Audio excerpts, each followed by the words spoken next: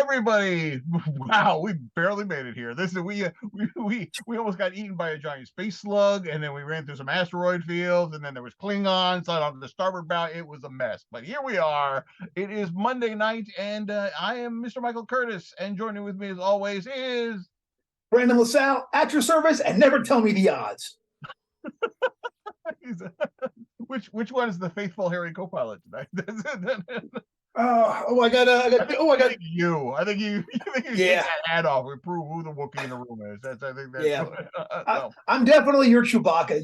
We all know this, man. You know. So yeah, and I'm ham salad. That's it. You know. So welcome everybody. This is Keep Crawling with Mike and Brendan, and tonight we are going to be delving into the far reaches of outer space, inner space, cyberspace, and what have you, because we're going to be talking about science fiction in Dungeon Crawl Classics, and therefore, and we think we have a first tonight, if I recall, out of the many shows that we've done in the last 3 seasons. Now, I think this is the first show we actually have 2 guests waiting in the cryo sleep chambers to be decanted and put on the air. But before we get there, Brendan, what's up, man? How was your week? How's it been? I feel like I just saw you, I don't know, this weekend when we did another interview for something else, but since then, going pretty well. It's been, lots been going on, but getting ready for the holidays, doing little shopping, little prepping up, went over and put up decorations at my mom's house yesterday. That was big fun. How about yourself? How's everything been going? It's been going. Today was Mike went back to the gym after the gym being closed for renovations, and then Mike being sick. So this was like the first time in about 7 or 8 weeks I went to the gym. Last Keep Crawling, I think we wrapped up at 10 o'clock, and I was in bed by 10:08. I may beat that record tonight because I am sore and tired. Yeah. How high up can you lift your arms? Well, I mean, here's the thing. They totally redid the layout of the place. Like, they moved everything around. So I got there. I literally had to go hunt my machines down. Like nothing was where I remember. Like I found the treadmill, and then everything else was like, all right, where's the lab machine? Where, it's like, and so I'm like walking back and forth, going through, luckily it was a little bit of a snow day here, and so the gym was not crowded, so I did not, I did not have to hide, I didn't have to, find the stuff hidden behind like the big giant guy or anything like that. All there is a thing. Yes. No. So that was it. So for those of you joining us for the first time, this is a show where Mike and Brendan, we talk about DCC, we talk about gaming, and generally also talk about popular culture and how the two intersect. So tonight we are going to be talking about science fiction, and we have 2 special guests who are innately qualified to discuss this, and we're going to go to be right back in just a moment, and we're going to do some magical. We're going to tweak the hyperdrive a little bit and get things going. So we'll be right back. So stick around.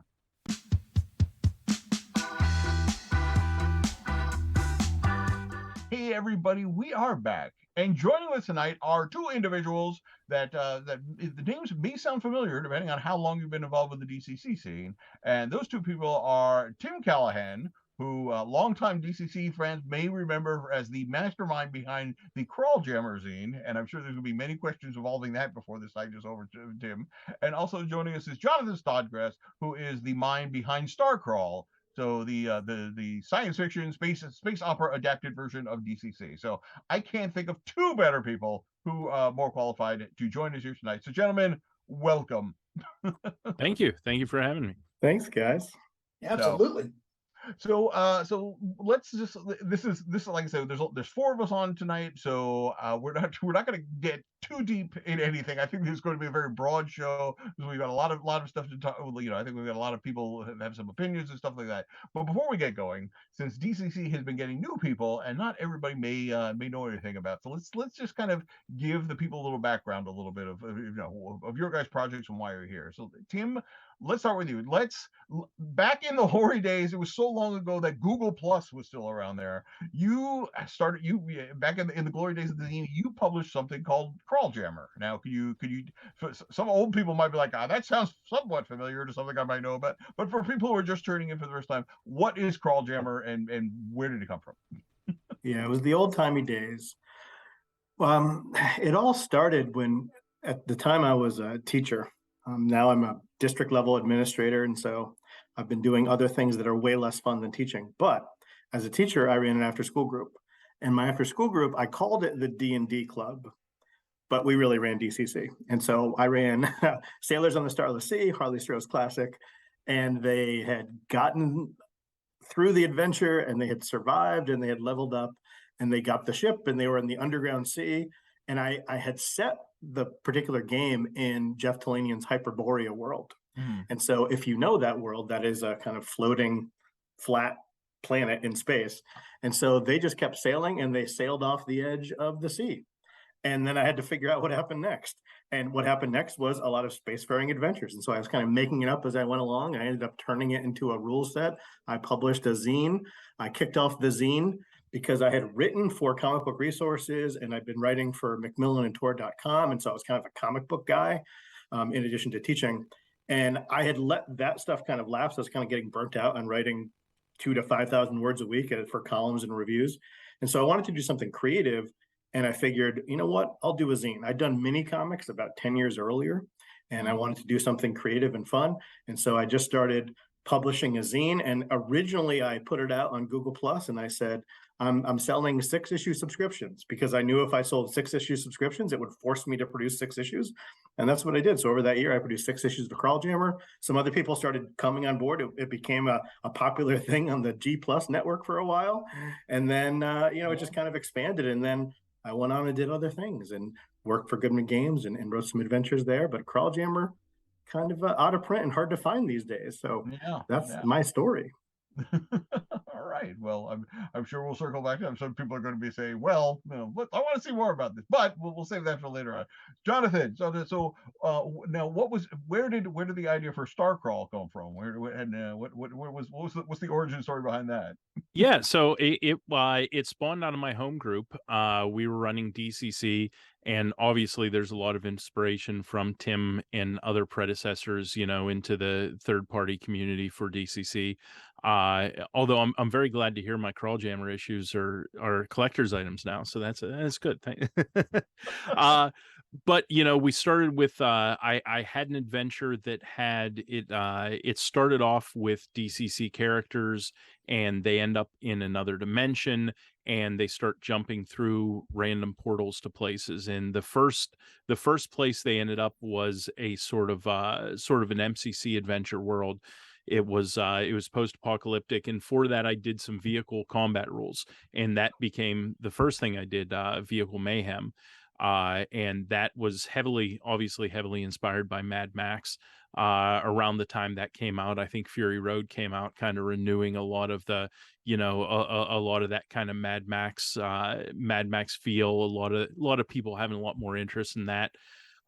Vehicle Mayhem did pretty well, and the next step for the characters in the campaign was they went into space, and it only made sense. You know what, let me continue with this. I've got to come up with new rules. I've got to come up with new classes, new occupation tables, all that stuff. And I kind of just used what I was doing at the home table. I moved that into a book, kind of refined it a little bit, and it became Starcrawl. And it's a lot of those early adventures that I've put out so far have been much more freestanding stuff. I keep trying to get a little bit more hinting towards some of the things we did in that initial campaign, but I'm getting there. I'm working on. I'm hoping to do some stuff that kind of gets a little bit closer to that campaign. That stuff's a little bit more out there, and so that's that I guess is next on the horizon.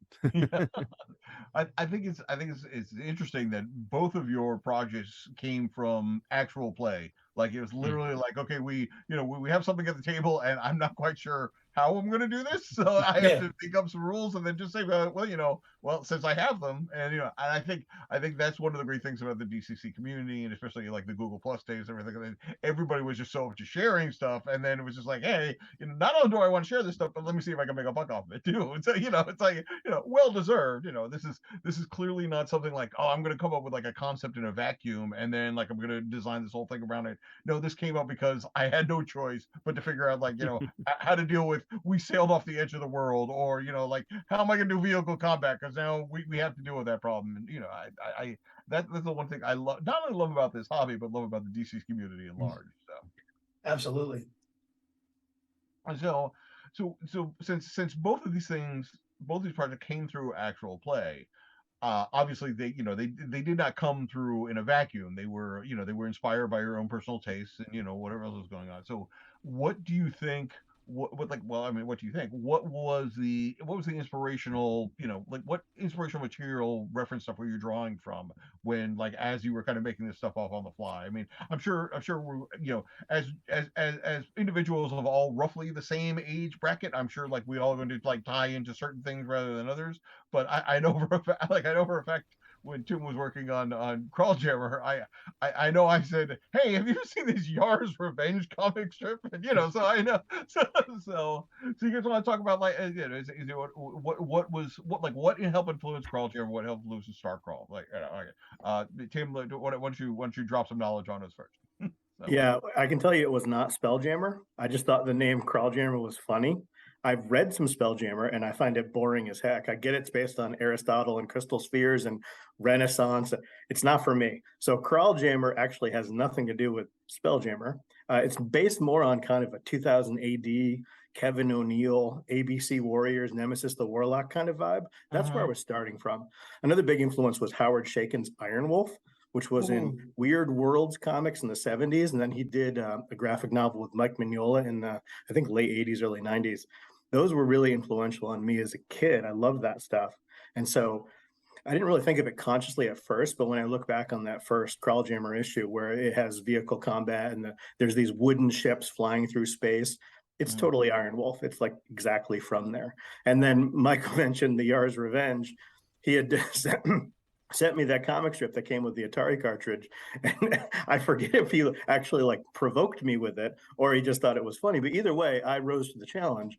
And luckily, the next time I saw Michael was at a convention and I had created the Yolavar character class based on Yar's Revenge. And the Yolavar is a respawning character, hence the Yolavar. And it was a really cool like, human fly creature that could spew out things and have energy, and it worked perfectly in the DCC/Crawljammer setting. And so that's kind of how a lot of the things in Crawljammer were created. Either my kids mentioned something that I just riffed on, or my actual human kids, my children, or the kids in school, and or someone online would say something, and I would just riff off of it and create something new. So it was a lot of just inspiration from people around me and jokes people made, and I tried to make it incorporated into the Crawljammer universe. Kids, the secret weapon of game design. It's because they have no boundaries, they have no borders, they have no like limitations. So it's totally true. No.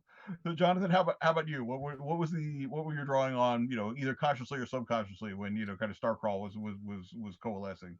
Yeah. So I as I was writing it, I started getting a lot more into watching old stuff streaming as I was doing other things. So obviously burning through like the Twilight Zone, the original Star Trek, I think those pretty heavily came onto this. A lot of listening to a lot of music, a lot of, in particular, 80s new wave stuff. It seemed like there was a lot of fascination with sci-fi and post-apocalyptic stuff in a lot of the 80s electronica. I'd still like to make a campaign ender adventure on Human League's Black Hit from Outer Space. I think there's a lot of potential for just wipe everything with that. But it's a lot of the stuff. I mean, growing up, I think as a lot of us did in the era of into the early 80s, into the 90s, there was a ton of sci-fi out there. I mean, we were inundated with it. Star Trek, of course, is all iterations of Star Trek are pretty heavy in in what we do. And anytime we talk about sci-fi, somebody's either going to picture Kirk or Picard, and there's going to be a fight. But yeah. Whereas me, I mean, I'm mostly, I think I'm pretty heavily a Kirk guy, mostly because I'm also, I love seeing Shatner on the Twilight Zones. So It's strange. I mean, although there was science fiction, beforehand, it's like right around 1977, like suddenly there just seemed to be this big boom for science fiction for some reason. I maybe there was something in the air. I don't know what it was. Yeah, people were tired of Earth, and I have a feeling we're going to get a real good science fiction boom here in the next decade. So, for a lot of the same reasons. It's a weird. Yeah, we I'm were just sure. talking about. Oh, I feel like we're in this weird like magic school period right now. It seems like every new story I hear about has like people getting whisked away to go and be a Yeah. part of some sort of new magical thing that, oh, you didn't know you were one of the chosen ones that are going to go. So yeah, I'd love to see another period of hard SF. I found myself, but like, Well, I don't know. I think in order to have to go back into hard sci-fi again, there has to be a certain respect for science, and right. I don't see us like falling into that anytime soon. I mean, It's sad but true. Yeah. So all right. So Tim and Jonathan have given us. So, but we're the hosts of the shows. Brendan. All right. So when you are dealing with stuff, when you were crossing the streams, like say I tasked you with coming up with a sci-fi DCC adventure or something tied in there. Where do you think you would be drawing inspirations from? If not 2000 AD or Kirk and McCard. No, that's totally fair. I would like to do something like I would like to have a feel of like a 60s sci-fi show, something like it just flew out of my head. With that invisible monster that kept breaking the fence and they're all zapping it. What was that one? Oh, I can't believe it just blew to my brain. But I'd like to do Forbidden something kind Planet, of Brendan, is that what you're Forbidden talking about? Planet. Yeah, Forbidden Planet. I'd like to do something along those lines. Where like how we imagine science was going to be in the future, from looking from the 50s. And do sort of like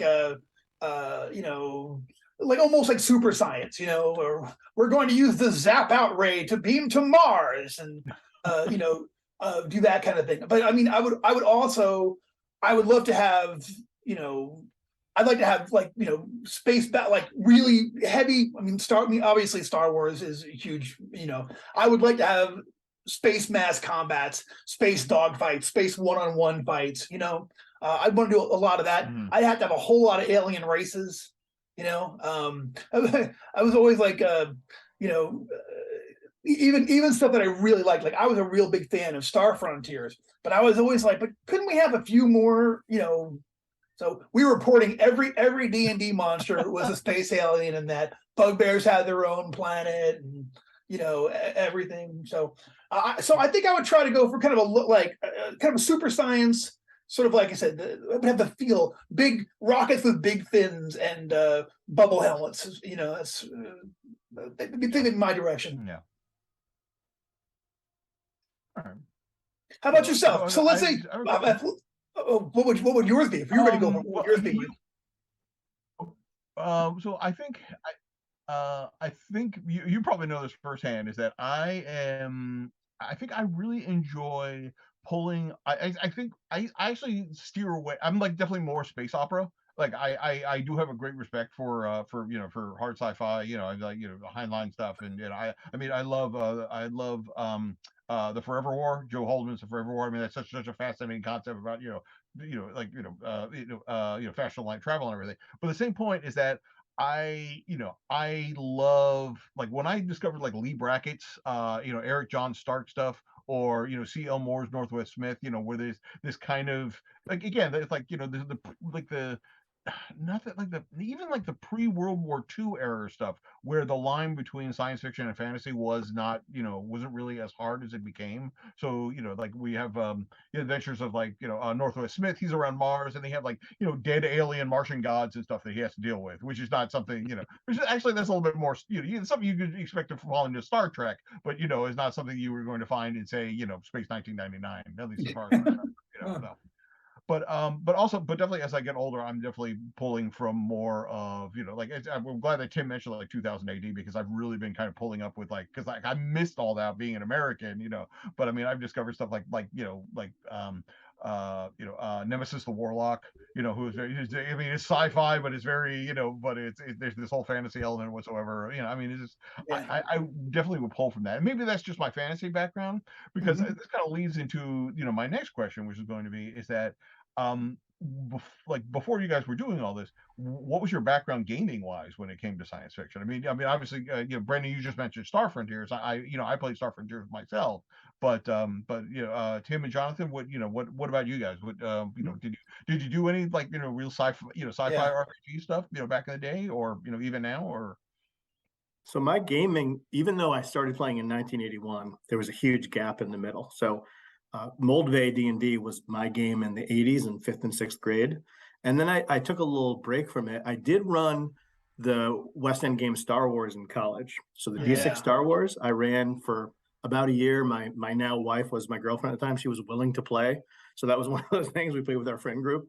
And then I really didn't play any role-playing games until around 2005, when my wife bought me I think it was 2005, the 4th edition box set for D&D. And like, so I missed all of like 2E and 3E and 3.5. And I didn't really play much in terms of other games. And then I fell back in love with it hard, and I didn't know any better. So I ran 4th edition like old school D&D. Like I thought that's how you're supposed to run it. And it worked out well. And I kind of fell into the old school Renaissance backwards, because I read the Appendix N stuff before I knew that was a thing people did. And before I knew Goodman Games was all about Appendix N. So I hadn't really played a lot of different kinds of games before that. And so DCC was really like my 3rd or 4th role-playing game I ever played. And so really it was just the pop culture stuff, the Star Wars in the world, and the West End Games version of that. That was my sci-fi role-playing game experience. Okay. All right. Jonathan, how about you? Yeah, most of the stuff that I play, I mean, we played Traveler through the 90s. That was always a good time. I always liked, one thing that I kind of wanted to really keep with Starcrawl, I think something that inspired me there was a lot of the freedom, like with the world creation, and that when you came up with your character, you just came up with a race. You could create something new that, nobody else had. So I mean, there's obviously, I mean, that freedom that uh old Gamma World.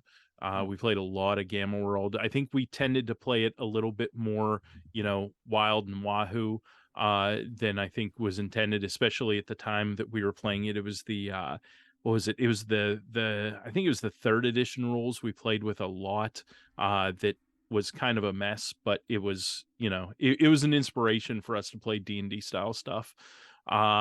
A little bit of, yeah, we played some of the Star Wars, that sort of thing. But I mean, most of our gaming was D&D, for years, long-term D&D campaigns with a little bit of sci-fi inspiration and occasional runs into Marvel superhero games, running the old phase rip rules, a lot of cosmic adventures, that kind of stuff, where we're getting into, those kind of Starjammers adventures, those sorts of things. So, yeah. Cool. Very cool. So I got a question just in general about sci-fi gaming in DCC.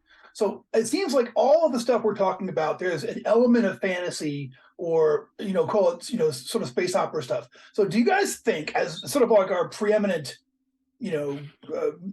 science fiction creator members, do you think that there is there room in the DCC universe for a real hard SF game, something along the lines of a Traveler or something like that? Yeah, I think so. I mean, personally, it probably won't come from me. I don't think I'm smart enough to come up with a decent system for hard sci-fi. If you've seen Starcrawl, like my rules for space travel are, it should serve the story. It's how long does it take to get there? How long do you need to have the adventures occupied for? I've never. I remember trying to get my head around the universe role playing game and running through that, and I mean that's, the pages of 6-point font, very detailed calculations for space travel, stuff like that. I think there's absolutely a place for that. I think DCC has a ton of freedom with the rule system, but it's, my personal preference. I'm with Mike on the space opera side of things. Yeah, I don't have the Yeah, I don't have the intellectual bandwidth, I think, to come up with or to keep track of in a campaign really hard sci-fi, because pretty quickly it's gonna break apart. At best, maybe have a little bit of flavor stuff of, no, you can't hear that, it's space, but Yeah, I have no patience for that kind of gaming personally. That's really Mhm. rules intensive. DCC is the sweet spot for me as far as it's got some rules, and some of them are player facing in the sense of it's cool when the players know how their characters work, but they don't really need to know. The game master the judge can pretty much say roll this. I really like games that are fast moving, cinematic, that allow for players to be creative, and that doesn't like break the game or lose the immersion of the game, and that there are some kind of determinations of how this outcome would occur. So I think DCC is good for the type of sci-fi I like, which is freewheeling and comic book style, but also it can still have that fantasy element. Because one of the important things about Crawljammer for me was that the DCC stuff was still happening. That was still happening on Earth, and that sort of pseudo, medieval world was still in play. But there was also all this other stuff going on in space that the characters in the village didn't know about. So to me, that it bridges that divide between sci-fi and fantasy, and it's all the same thing. Hard sci-fi and a lot of flowcharts and a lot of tiny font rules, that turns me off completely. I have no interest in that kind of game personally. Yeah, I mean, I never say never, but and I'm sure there's somebody out there who could do it. But my only question is that if you took like the DCC rules and you were adapting them to a hard sci-fi setting, I mean there's that element of swinginess and elements of randomness and unpredictability to like that's inherent to the MCC rules, and that almost feel the DCC rules that feels which is almost antithetical to like hard sci-fi. Like like hard sci-fi is there are like immutable laws of physics, which should never change or anything like that. And then meanwhile you're like, I can cast a spell, and if I do it wrong, my head becomes a rat. I mean, I'm just not. I mean, you could use it using like the base stuff of the like the base rules as a kind of like a chassis, but I think you would really have to strip down or remove completely the stuff that really makes DCC unique. So I mean, Yeah. I'm more than happy somebody prove me wrong, and I'll check it out. But I mean, I'm even trying to think of like one of my favorite hard-ish sci-fi in the recent year is like the Expanse series, and I mean, that's not like really hard sci-fi, but it's closer than it's closer than outright space opera.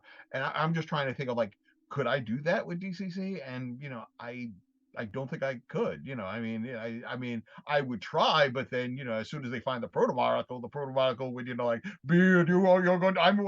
Invoke patron proto molecule. I mean, things would really start going off the rails from that point on. Yeah. Yeah. I mean, you're talking to a guy who, as Brendan can attest, ran a game where they literally went to the moon on a flying space pterodactyl. At one point. So, I mean, that's much And it more ruled. It ruled. Okay. That's the kind of science I like. I like that science. Yeah. I'll tell you what, that's the kind of stuff that I want to like create. You know what I'm saying? Like that's what goes through my head. But I have this real fascination with trying to like I've always wanted to really be in a long-term hard SF campaign. I want to see how it can be fun and how to learn about it. The first rule set I ever tried to write was for a hard SF game that I wanted to run. And I had this idea where they were, my guys were they were space tow truck drivers. They were towing this huge, big astronomical station. They were going to like study for it, and then everything went haywire, and they had to there's a lot of spacewalking and stuff. But everybody. This is where the "can you fire a shotgun in space" thing came from. Yes, there was a moment during that. So yeah, turns out everybody I was playing was smarter than me. They all understood physics better than me, and they all understood the science better than me. And yeah, one of the guys had this huge argument with me over basically letting me know why his shotgun could work in space. And I'm like, there was like 3 minutes into it. I was like, I'm never running this again. This is it. I'm going to find an excuse to stop now, and then next week we can play D&D. You know what I mean? I was like, and I never went back to it. And I still love the scenario idea that I came up with, but I think you'd have to just the kind of creator who both understands how to create a really fun game, but also how rockets work and how time debt works, and gravity and radiation, and the million myriad things that you would have to either fully understand or hand wave in order to tell a story like that. I don't know. I can't reliably track encumbrance, so I'm not. You I'm were not the going to one- be able to get tied up Seriously. in that. Yeah. Yeah. I can't figure out encumbrance. Don't expect me to figure out escape velocity. Yeah, okay? yeah. It's just like, You can It's all lose your mind. DCC magic. It's in Yeah. the warp. Exactly. There's wormholes. There's all this stuff. It doesn't matter. It's magic. Well, Yeah. just think of Kubrick's 2001, right? It's hard sci-fi for a lot of it, and then it turns into magic, space travel, tiny baby, Space babies. Like it turns into DCC by the end. Let's be honest. Mhm. Yeah. I think it all does. If it gets big enough, it turns Yeah. eventually. When you get into quantum, like all of a sudden it's like, yeah, DCC is like, Escape hello. velocity, DCC. There's a giant space baby here behind everything. That's it. Like, so. That's as DCC as it gets. Except if it was DCC, he would have somehow been attacked. It would have been like the space baby would have been crawling Yeah, at they you. dropped the ball on 2010, big time. Yeah. Come on now.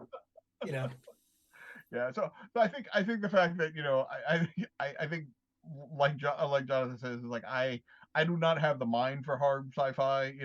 I mean, I can enjoy it from a a spectator level, but Yeah. this is my ability to actually formulate it and implement it realistically is why you travel to the moon on a giant space pterodactyl. Because I totally that's right in my get it. bailiwick. Yeah. It's like, so yeah. See, I feel like there's been a lot of, including up to and including y'all's projects, but like, I think of Purple Planet, which is a fantastic what do they call it? Sword and Planet? Planet. I'd call it that kind of scenario and such, which I just love, and I feel like, like to me, the challenge of doing something like that was just this very detailed thing, it both speaks to me, but I also don't think I could do it. I wouldn't be the one. I want to plan it, I want to play test it, I want to learn about it, but hard SF really is fascinating to me, and it makes me wish I was smarter, and more detail oriented, and had a different major in college. So I don't know. So I think we touched on this a little bit, but and obviously Tim and Jonathan, you guys know this from exact experience and everything, but when you're making if you're going to take a sci-fi setting, you're going to create one or adapt it or something like that. It's like what are like the must-haves for that setting? Whether obviously not hard sci-fi, we've discovered that much, but like obviously in my case it's like I would want to have like weird alien gods or whether they're still alive or something. I want to have that element of the mystical, not necessarily the Force. I just want an excuse for people to go into like Martian ruins so I could drop aliens on their head and stuff like that. I'm sure this from a story-driven thing, but and Brendan mentioned the fact that like these got to have aliens. It's like do you guys in your work, was there anything when you work on this like, okay, I definitely want to incorporate this, or if you had to do it over again, if there's something that you left out that you would want to incorporate this time around?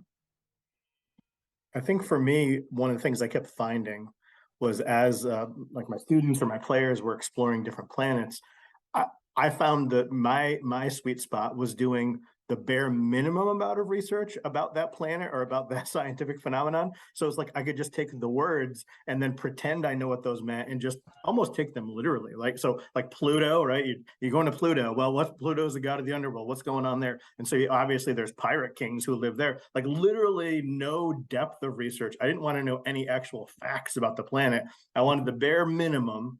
Or maybe there's like gas on one of the planets, or what are Saturn's rings, like know a little bit about them so then I can take it and riff on it.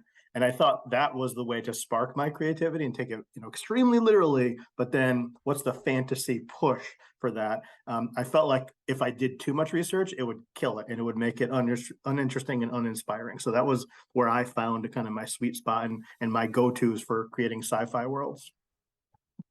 So the thing that you must have in any sci-fi is the bare minimum of knowledge whatsoever to make it interesting. That's excellent. The bare minimum. That's some A+, like game design stuff. It's like don't know too much, don't go too far. because that's when you start finding the fun ruining. That's it, you know. It's like, I mean, you know, all you need to know is like, yes, Venus is covered with clouds, and you know, like, oh well, that obviously they're covering all the dinosaurs. Exactly, that's what you need. That's the secret of a great sci-fi game. Right, that's all you need to know. That's excellent. That's one of the things in Starcrawl I did. I wanted to have a lot of random tables for generating stuff, generating planets and stuff. And on one of the entries, there's one that it's based on me mishearing something years ago and completely misunderstanding the concept. But one of the random roles is a star system that's a Tyson sphere, where it's an entire solar system circled with chicken fat, and the entire star system is greasy. So it's you know, so that's I completely appreciate that idea of completely not actually understanding what something is. So yeah. That's where the game design magic comes in. Yeah. I'm telling you. So basically what we're learning here tonight is that the way to do DCC in space is just ignore all the space stuff. Yeah. Yeah. The rule of cool is, you know, that's Totally. so you have the rule of cool and like Asimov's 3 laws of robots. It's like, you know, like, and even those are more like guidelines, you know. It's like, you know, because if you need the robot to go up berserk, well then by all means, you know. Totally. And that's exactly what mine would be like. It would be, you know, fantasy based, broad strokes, space opera, but you know, like I've always wanted to, like, you know, have a character in something like, you know, not even Star Trek, but like something like I said, like Traveler, or even like, I think The Expanse is a great example you mentioned earlier, Michael. That's a really good, I would call that, you know, fairly hard SF, you know, all things considered. And it has a lot of, you know, I think they really have thought a lot about the effect that the technology they have would actually have in their society, and how it would divide us and how it would unite certain people. But I just don't think I have it in me, you know. Mm-hmm. Yeah, I mean, there's a reason that we do what we do and not actually write, you know, in-depth, you know, science fiction that, you know, changes the world. I mean, you know, it's like, Yeah. I don't think any of us are in danger of becoming Arthur C. Clarke at any given time. You know, we're too busy dealing with Tyson spheres and, you know, and being Grease planets. Yeah. Venus, you know, I mean, and that's all really that matters. Because, Yeah. because we're not here to change the world. We're just here to No. entertain it 4 hours at a time. That's it. So I have a claim to fame with The Expanse. Okay. So just before it hit, the two writers, there are two writers that do The Expanse books, and they go under the name James S.A. Corey. I had to look it up because I couldn't think of it. Right. But they came to CoastCon where I was. And they're like 3 orders of magnitude bigger than anybody else who was there. They had no business being there. And you can tell they must have agreed to do it like months in advance, and then they got their TV deal, and now they're like, you know, sitting around in Biloxi, like, what am I even doing here, you know? But I actually wound up playing X-Crawl with Ty Frank. He came and jumped in with us and played through an early version of the Boston Crawl. So it's as close as I'll ever get to hard SF greatness is one game X-Crawl with Dude. Well, I know before they came a book that was originally was going to be an MMO, and it kind of was like they had done some tabletop role playing based on it. So they're geeks at heart too. They're just, you know, research to this. They you know they yeah, no kidding. They're big time gamers, that's for sure. So yes. By the way, Sky 2, you can put space in front of every noun and have it count. That does work as, you know, side. You know, it's totally true. That's half the races. Any fans of News Radio remembers the sci-fi space episode where they were the radio station, but there was a lot of play off the space heater. That's it. In my old game, they got issued stun weapons by their bosses, and they're like, stun weapons? Can I throw it out the space window? And that was always the joke from then on, was the space window. So, you know, Dwayne Waldrop, thank you, man. Still funny. So all right, so even assuming we're not going to do like any hard sci-fi, what existing DCC mechanics do you think that we could like put to good use? I mean, obviously, I mean, I think we're traveling in like a little bit of like Warhammer 40K theory, but I think like, you know, I think space travel involving like, an utterly random like phlogistotic events. It's like just faster than light travel is terrifying. It's like because you never know what's gonna happen. Like once you hit the big hyperdrive button. So one of the concepts I had for my home campaign that I haven't been able to translate into an adventure yet is we had something called the probability drive, where you would basically grasp onto this device that would cast you through the multiverse, where you would be connected with one version of yourself somewhere in the multiverse that was where you wanted to be, and you would drag the ship there. The problem was you would become what that version of yourself was. So there was a member of their crew that was a chimpanzee man, and he had originally been part of a human crew, but he kept messing with this too much and turned into a chimp, and his crew was horribly racist against apes and kicking him off at the next planet. So he ended up picking up with the crew. But different kind of things, like one of the characters got bumped back to the Stone Age because that was where they happened to be. So yeah, that kind of weird stuff. There's a lot of that. I haven't been able to translate the weird tables I had for that into DCC yet, but it'll show up in an adventure at some point. Yeah, I can see that as being difficult. That's something that's much easier to do when you know the players and you know all the ins and outs of it, rather than do like I'm going to design this for somebody I have no idea what they're playing or what their table is like or anything like that. So yeah. For me, it was I always wanted to do more with the cyberpunk side of it, and I thought it could fit into Crawljammers. As you know, Michael, big Netrunner player from the old days. So as a Netrunner player and a cyberpunk aficionado, I did try to incorporate it. In fact, Judge Jen, who's in the chat, played in this game at one of the Gen Cons. And what I did, because I think Google Plus, there was some of us were bouncing some ideas back and forth about this whole idea of emergent characters. And I know ultimately that manifested as these scratch off PC cards that Goodman Games actually produced that were these emergent characters. But a bunch of us were kind of playing with that concept at the same time. And I did it as like a cyberpunk dreamscape. So it felt like it was a dream world, but it was really kind of a cyberpunk jacked into the network kind of thing. And you were playing an avatar, but you didn't actually know it yet. And you kind of gained consciousness and found out that your body was actually under attack. So I kind of wanted to always do a little bit more with that. And I think the DCC mechanics lend themselves to that, because as you said, it's got like these weird, the phlogiston fluctuations of reality. And so you can have these kind of different versions of yourself in the game. And I think, there's not a specific mechanic that relates to that, but definitely the feel of DCC has this shifting reality built into it. And so I always thought that would be, whether it was the dreamscape cyberpunk or something a little bit more, the classic William Gibson kind of cyberpunk, I would always want to explore that a little bit more. Right. I had really good luck actually at I think it was at TotalCon one year. Is that I just on a fly I decided that I wanted to run Planet Crawl Classics. So I just basically literally in the hotel the night before I had I reskinned every existing DCC class into its Sword and Planet space opera thing, and it was surprisingly simple. It was just the warriors were warriors, and thieves became kind of thieves were kind of like a scout class, or they were space rangers, and then the clerics became psychic peoples, and then the wizards were techno people who had questionable technology, they were a mad scientist type, so they were always making spell checks to make things work and everything.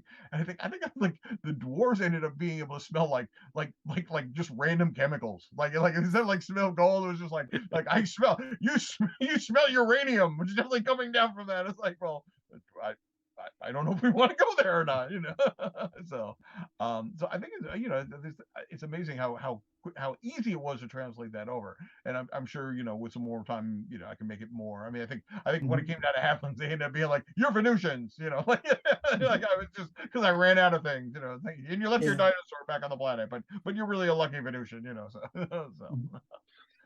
Yeah, I've wanted to do a Micronauts based adventure for a long time, and I've actually run it a few times in a couple different things. Originally, it was just an excuse to have space battles where I could then have people in spacesuits having sword fights on the hulls of ships as space battles were going on around them. That's what I really wanted, out of a Micronauts thing. I wanted people leaping from spaceship to spaceship, going inside of airlocks, and then fighting in the hallways in front of medbay. And I had a lot of fun with it, but it was just reskin DCC. It wasn't, there wasn't really, I didn't really do much other than giving everyone a skill base that they could draw from. Like, one was the pilot and he rolled a D24 for all things piloting. And one was the navigator and I had a hacker and a few other stuff. But I was really just, it may as for as complex as the rules were, it may as well have been like Toons.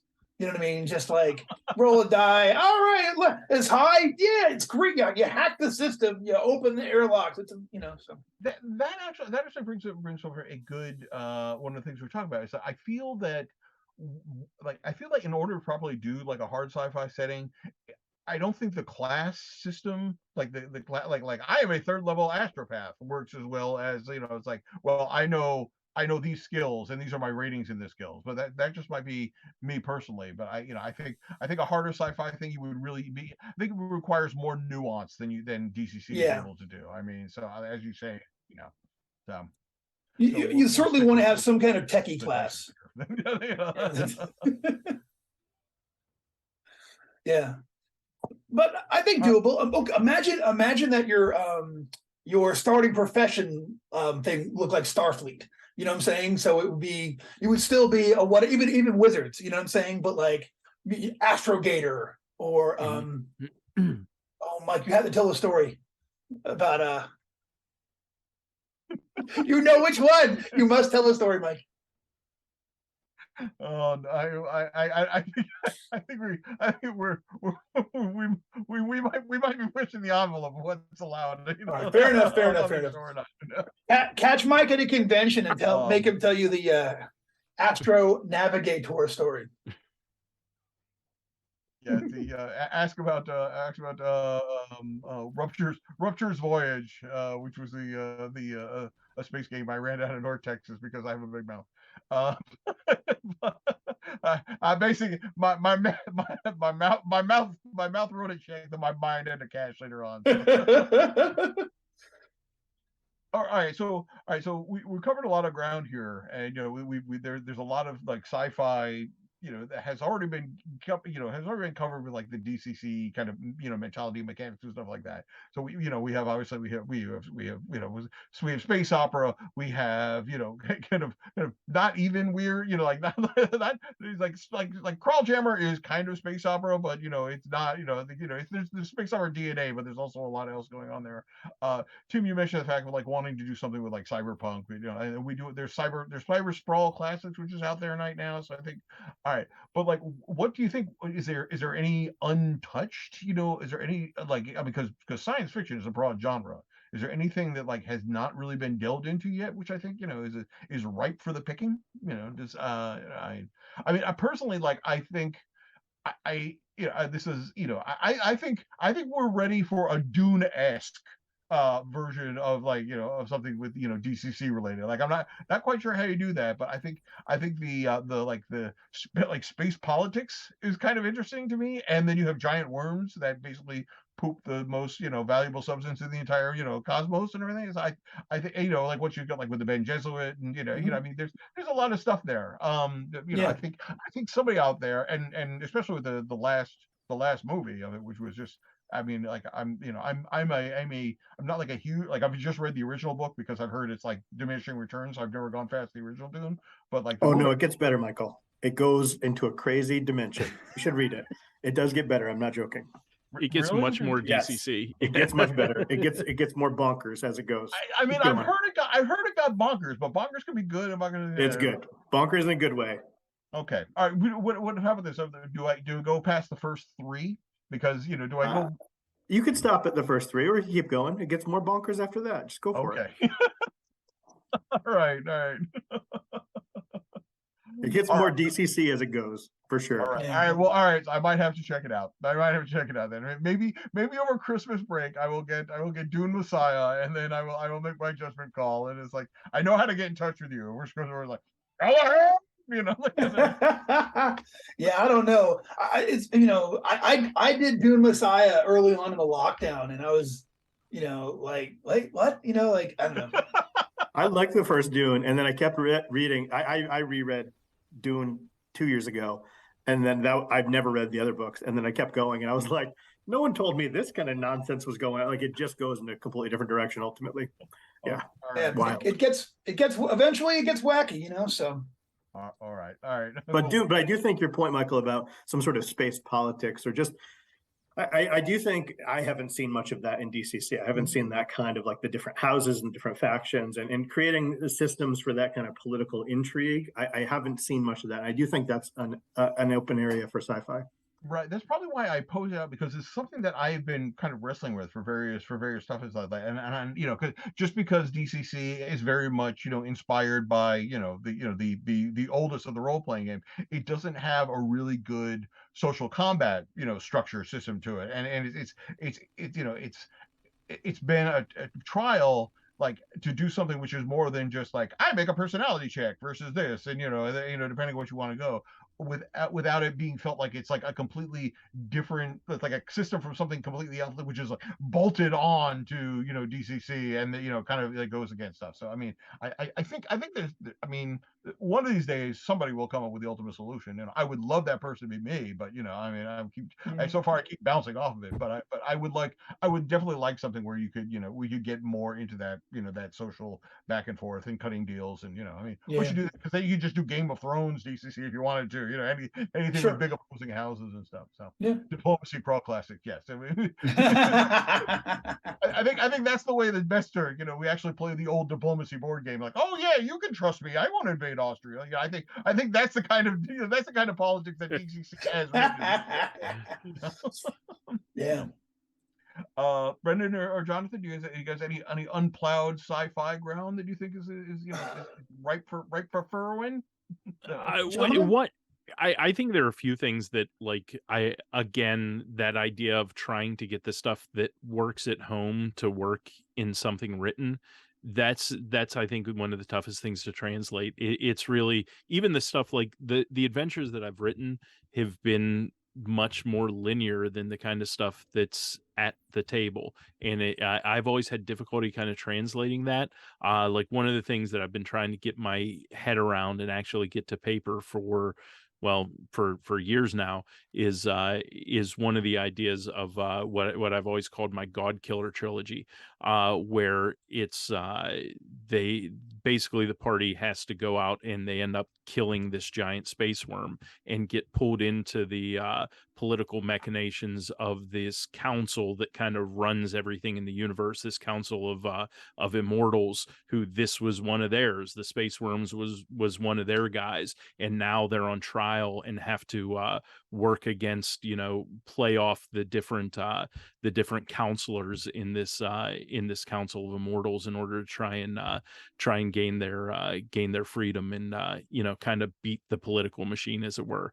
And it's something that I ran for my home group, and it was a blast. We had a great time, but I've had a lot of difficulty figuring out how to get that, exactly as you said, Mike, that kind of social combat kind of stuff, how to get that interpreted to paper when you're not just running on the fly for friends. Yeah. It's one of the great bugaboos about doing professional game design, is that there's so many things, is that it works fine at home, but then when you're trying to package it for somebody else's consumption, it's just like I either need 8 times the word count so I can cover every possible consequence and side effect, or I just have to really strip it down. And Harley is really good. Harley's just like here's what you need, and then he just like walks away. This is like it's like he trusts the judge to, like, they'll have to figure it out. But Brilliant. Yeah. Brendan, how about you? Can they think of a genre, a subgenre, or some other element of fiction? The element that I would love to do something with would be post-humanism. The idea that you would have personalities that would then transcend the body. I got to play a great game called, I think it was Event Horizon. Is that right? I got to play like twice with a buddy of mine, and I know the one you're talking about, but I don't think it's called. I don't think it's not Event Horizon. It's no. It's good, drive me Not nuts. cheap either. It's I know what you're talking about. It is like the post two. Yeah, the post. Yeah. Yeah, If anybody, if this sounds familiar to anybody in the chat, the post humanistic role it's gonna playing. drive me nuts. Because we're both of us. I know it's right there. Yeah, all yeah. night, all night. I you know, and I had Forbidden Planet locked and loaded. I had already thought about that from earlier, and then I couldn't. When the moment came, it just blew it in my head. But I love the idea of Eclipse phase. Thank you. Yeah. Thanks, 8C. We knew somebody out there. 8C, send me your email. Send me your address. You're getting a no scroll. That's Dave. That's Dave, Brendan. Oh, from Pittsburgh. What's up? Yeah. What's up, Dave? What's going on, man? I did not know that. Well, I'll just give it to you when I see you next time, man. So no, but I want to do something. I love the idea of the personality that transcends the body, the mana that goes on beyond it. And I've always been fascinated by that and about what it would do to the psyche and what it would mean to you. You know, are you still the same person? Are you still the same being once you do that? And what do you lose in translation from one physical self to another? That's absolutely fascinating to me. And yeah, we all love Event Horizon. It's awesome. You're totally right. But it's I don't know. It's just one of those things that like that if I was going to do and like really had the time to like try a new science fiction thing with the DCC rules, I would want to do something along those lines. I'm not sure what it would look like, but that's something I'm really fascinated with. I think to me like that actually sounds like something that you could do with DCC. I think just because it is so weird, you know, like what you're saying, you know, like uploaded consciousness and you know all the rest of that stuff, and you know basically that I was like, you know, because if you could, you know, every week you're like, oh, I'm gonna have a new robot body that's gonna be customly designed for this adventure. You know, I mean, it's, class doesn't really mean anything. It's just, you know, so. What strikes me about this conversation, reflecting on this, is that I have a disproportionate experience running games for children or convention goers. So this idea of political intrigue or transhumanism doesn't really mesh when everybody just wants to kill stuff or ride it like a mount. Those are the two motivations of every child or convention gamer. True. Yeah. All right, not just children. I mean, that's you know, well, yeah, you see something big, you want to ride it. That's you pretty gotta cool. ride it. Yeah, he did say convention goers, and you know, I mean, that's because literally when you're at a convention, you're a big child, no matter how old you are, because you're like supervised for an entire weekend. You know, it's like if my spouse is with me, they are in cahoots. You know, I mean, so all right. So where does Pitch Black and Riddick fit in here? Just Warhammer 4K. You know what? I mean, I like, you know, actually, if you're funny, like I used to be part of like a ongoing D&D game every other week, and I get so wrapped up in that, I would go home, and if Chronicles of Riddick was on TBS, it was the best show to watch because literally I could turn my brain off. Like I felt my brain just.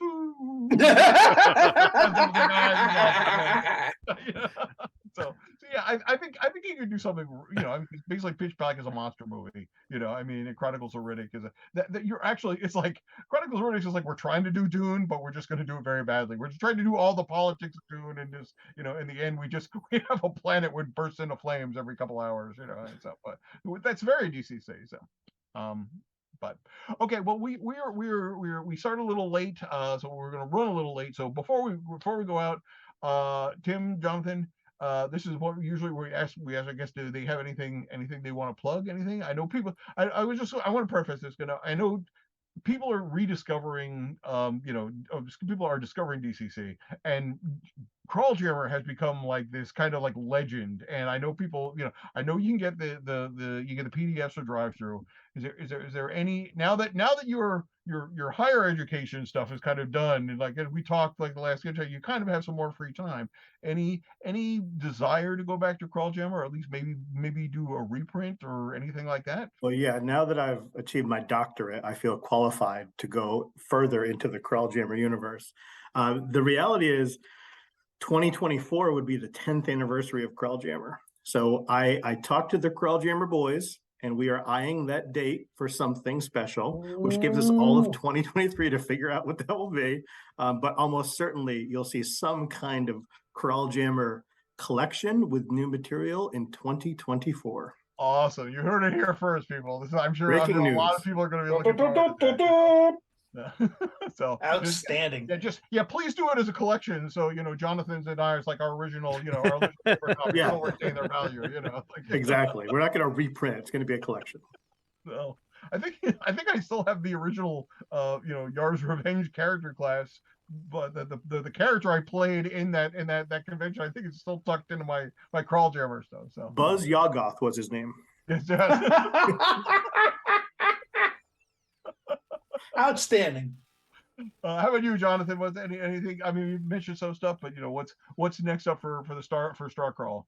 Yeah, so I've got adventures that I've been writing for about 3 years. I've been really slow. I figured with the pandemic and not getting out as much that I would have been able to knock out things a little bit faster, but quite the opposite. It just slowed me down. So I've got several things that I'm hoping to get out early next year. A few more adventures coming.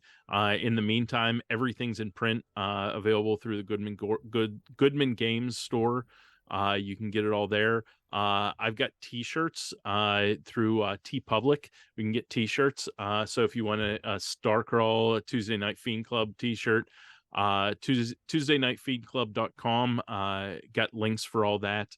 It's I got a nice space wizard who like most of the art, like the t-shirts are just art I've done from the adventures in the books, and there's one that's a space wizard that's the best hand I've ever drawn in my life. I'm really proud of that hand. Bravo. It doesn't look like an AI drew it, huh? No, it's you can tell there are no AIs this incompetent. Most AIs are far more skilled than this. It's for even for your kids, if you want to get the for the kids, Spider-Man fans, I've got a Octopus MD. It's an octopus who's a doctor. So it's for your nice knockoffs there. So yeah. Nice. All right.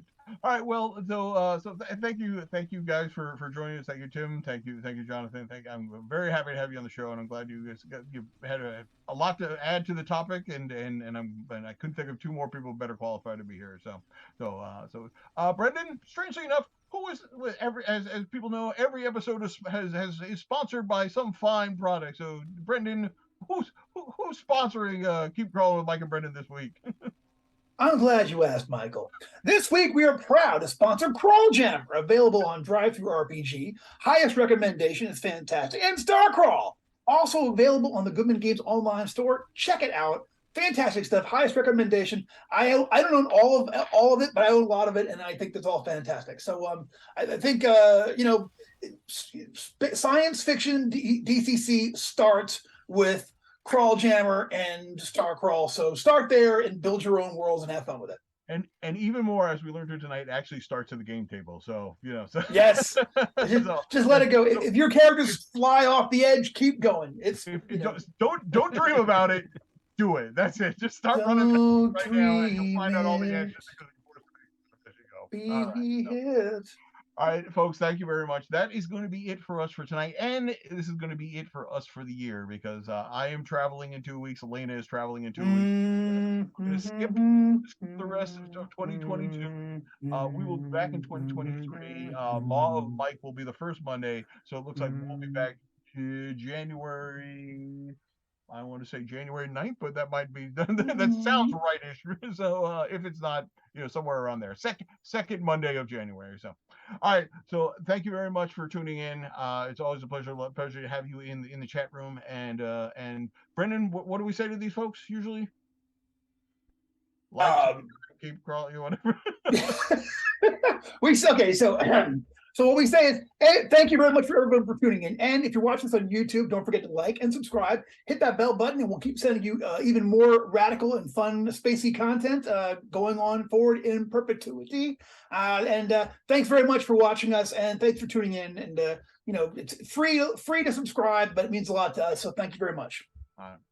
We'll see you in 2023. Keep crawling until then. Sure.